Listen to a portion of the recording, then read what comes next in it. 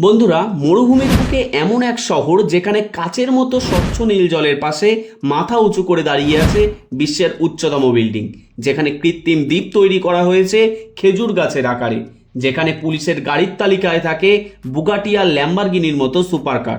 হ্যাঁ, আমি দুবাইয়ের কথাই বলছি। কিন্তু আপনি কি কখনো ভেবে দেখেছেন মাত্র 50 বছর আগেও যা ছিল মাছ ধরা জেলেদের একটি ছোট্ট গ্রাম, তা কিভাবে আজ বিশ্বের অন্যতম ধনী এবং আধুনিক শহরে পরিণত হলো? কিভাবে সম্ভব হলো এই অবিশ্বাস্য পরিবর্তন? অনেকেরই ধারণা দুবাইয়ের এই বিশাল ঐশ্বর্যের পেছনে রয়েছে শুধুই তেল, কিন্তু আপনি জানলে অবাক হবেন যে দুবাইয়ের মোট জিডিপির মাত্র 1% আসে তেল থেকে। তাহলে আসল রহস্যটা কি? কিভাবে একটি দেশ তেল ছাড়াই এতটা উন্নত হতে পারে? আজকের এই ভিডিওতে আমরা দুবাইয়ের উত্থানের সেই অবিশ্বাস্য গল্পটি জানব। তো চলুন শুরু করা যাক।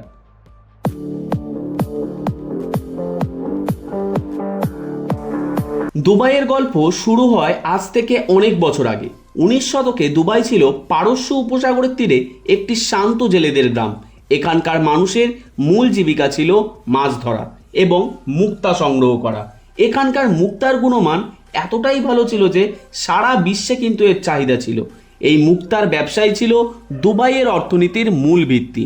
কিন্তু 1930-এর দশকে জাপান কিন্তু কৃত্রিমভাবে মুক্তা তৈরির পদ্ধতি আবিষ্কার করে ফেলে। এর ফলে বিশ্ববাজারে দুবাইয়ের প্রাকৃতিক মুদ্রার চাহিদা একেবারেই কমে যায় এবং দুবাই এক ভয়ঙ্কর অর্থনৈতিক সংকটের মুখে পড়ে। এই কঠিন সময়ে দুবাইয়ের ইতিহাসে এক নতুন অধ্যায়ের সূচনা হয়। 1833 সালে বানি ইয়াস উপজাতির আল মাকতুম পরিবার আবুধাবি থেকে এসে দুবাইতে বসতি স্থাপন করে। শেখ মাকতুম বিন বুত্তি আল মাকতুম দুবাইকে একটি স্বাধীন রাজ্য হিসাবে ঘোষণা করেন এবং সেই থেকেই আল মাকতুম পরিবার দুবাই শাসন করে আসছে। এরপর ব্রিটিশদের আগমন ঘটে, জলদস্যুরাও আক্রমণ করে, কিন্তু জলদস্যুদের থেকে নিজেদের সামুদ্রিক যাত্রাপথ সুরক্ষিত রাখতে ব্রিটিশরা এখানে শাসকদের সাথে একটি চুক্তি স্বাক্ষর করে, যা ট্রুশিয়াল স্টেটস নামে পরিচিত। এই চুক্তির ফলে এই অঞ্চলে কিন্তু শান্তি ফিরে আসে, কিন্তু অর্থনৈতিকভাবে দুবাই কিন্তু তখনও অনেক গুণই পিছিয়ে ছিল। দুবাইয়ের কিন্তু আসল পরিবর্তনের নায়ক ছিলেন শেখ রাশিদ বিন আল মাকতুম, যিনি 1958 সালে দুবাইয়ের শাসক হন। তিনি বুঝতে পেরেছিলেন যে শুধুমাত্র তেলের উপর নির্ভর করে একটি দেশের কিন্তু ভবিষ্যৎ গড়া সম্ভব নয়। তার সেই বিখ্যাত উক্তিটি ছিল, আমার বাবা উটের পিঠে চড়তেন, আমি মার্সিডিজ চালাই, আমার ছেলে ল্যান্ড রোভার চালায়, তার ছেলেও কিছু না কিছু চালাবে। এই ভাবনা থেকেই তিনি দুবাইকে একটি আন্তর্জাতিক বাণিজ্য কেন্দ্রে পরিণত করার স্বপ্ন দেখেছিলেন।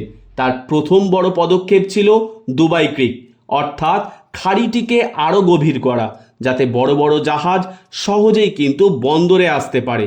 সেই সময় দুবাইয়ের কাছে কিন্তু পর্যাপ্ত অর্থ ছিল না, তাই তিনি কুয়েতের কাছ থেকে বিশাল অঙ্কের ঋণ নেন। অনেকেই তখন তার এই সিদ্ধান্তকে পাগলামি বলেছিল, কিন্তু এই সিদ্ধান্তই কিন্তু দুবাইয়ের ভাগ্য চিরতরে বদলে দিয়েছিল। এরপর 1966 সালে দুবাইতে তেল আবিষ্কার হয়, যদিও তা আবুধাবির মতো কিন্তু এত বিশাল পরিমাণে ছিল না। কিন্তু এই তেল থেকে প্রাপ্ত অর্থ শেখ রাশিদের স্বপ্নকে বাস্তবায়িত করার জন্য প্রয়োজনীয় পুঁজি জুগিয়েছিল। শেখ রাশিদ তেলের টাকায় বিলাসবহুল প্রাসাদ না বানিয়ে তৈরি করেছিলেন আধুনিক বন্দর, রাস্তা এবং এয়ারপোর্ট। 1972 সালে তিনি পোর্ট রাশিদ এবং 1979 সালে জেবেল আলী পোর্ট তৈরি করেন, যা বিশ্বের অন্যতম বৃহত্তম মানবসৃষ্ট বন্দর। আর এখানেই তিনি তার সবচেয়ে বড় চালটি চালেন। তিনি জেবেল আলী পোর্টকে একটি ফ্রি জোন হিসাবে ঘোষণা করে দেয়। এর অর্থ হলো এখানে ব্যবসা করার জন্য কোনো প্রকার ট্যাক্স দিতে হবে না। এই সিদ্ধান্তের ফলে সারা বিশ্বের বড় বড় কোম্পানিগুলো কিন্তু দুবাইতে তাদের অফিস খুলতে শুরু করে।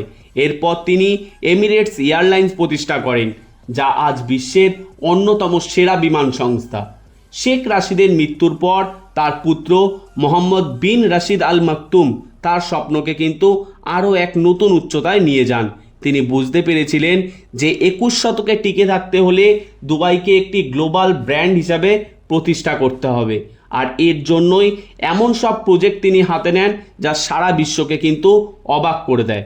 বিশ্বের একমাত্র 7 স্টার হোটেল বুর্জ আল আরব সমুদ্রের বুকে তৈরি করা হয়। পাম গাছের আকৃতিতে দ্বীপ, পাম জুমেইরা এবং বিশ্বের উচ্চতম বিল্ডিং বুর্জ খালিফা, এই সব কিছুই ছিল দুবাইকে বিশ্বের কাছে একটি আকর্ষণীয় পর্যটন কেন্দ্র হিসাবে তুলে ধরার মাস্টার প্ল্যান। কিন্তু এই চোখ ধাঁধানো উন্নতির পিছনে একটি অন্ধকার দিকও কিন্তু রয়েছে। দুবাইয়ের এই বিশাল নির্মাণযজ্ঞের পিছনেও রয়েছে লক্ষ লক্ষ অভিবাসী শ্রমিকের রক্ত এবং ঘাম, যাদের বেশিরভাগই কিন্তু দক্ষিণ এশিয়ার এই পাকিস্তান, ভারত, বাংলাদেশ থেকেই আসা।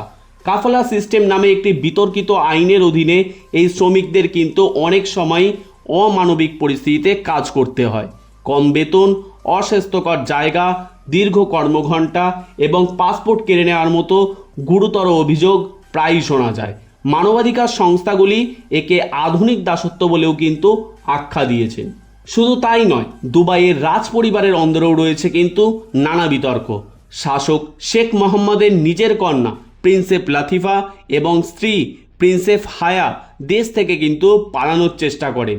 এত সব উন্নতির পেছনেও তাদের এই পালানোর কারণ এবং তাদের উপর অত্যাচারের অভিযোগ আন্তর্জাতিক সংবাদ মাধ্যমে কিন্তু খুব বড় আলোড়ন সৃষ্টি করে। দুবাই আজও থেমে নেই, তারা এখনও তেলের পরবর্তী যুগের জন্য প্রস্তুতি নিচ্ছে। টেকনোলজি, আর্টিফিশিয়াল ইন্টেলিজেন্স এবং মহাকাশ গবেষণার মতো ক্ষেত্রে তারা বিশাল বিনিয়োগ করেছে। তাদের লক্ষ্য হলো দুবাইকে শুধুমাত্র একটি পর্যটন কেন্দ্র হিসাবে নয়, বরং একটি জ্ঞানভিত্তিক অর্থনৈতিক কেন্দ্র হিসাবে গড়ে তোলা। তাহলে দুবাইয়ের এই গল্প থেকে আমরা কি শিখলাম? এটি একটি স্বপ্নদর্শী, সঠিক পরিকল্পনা এবং কঠোর পরিশ্রমের এক অবিশ্বাস্য কাহিনী। তবে এর পাশাপাশি এটিও আমাদের মনে করিয়ে দেয় যে প্রত্যেকটি উন্নতির পিছনে কিন্তু অনেক গুণ মূল্য চোকাতে হয়। দুবাইয়ের এই উত্থানকে আপনি কি করে দেখেন? আপনার মতামত আমাদের কমেন্ট বক্সে অবশ্যই জানান। ভিডিওটি যদি ভালো লেগে থাকে তাহলে অবশ্যই লাইক করুন এবং বন্ধুদের সাথে শেয়ার করতে ভুলবেন না। ধন্যবাদ। জয় হিন্দ।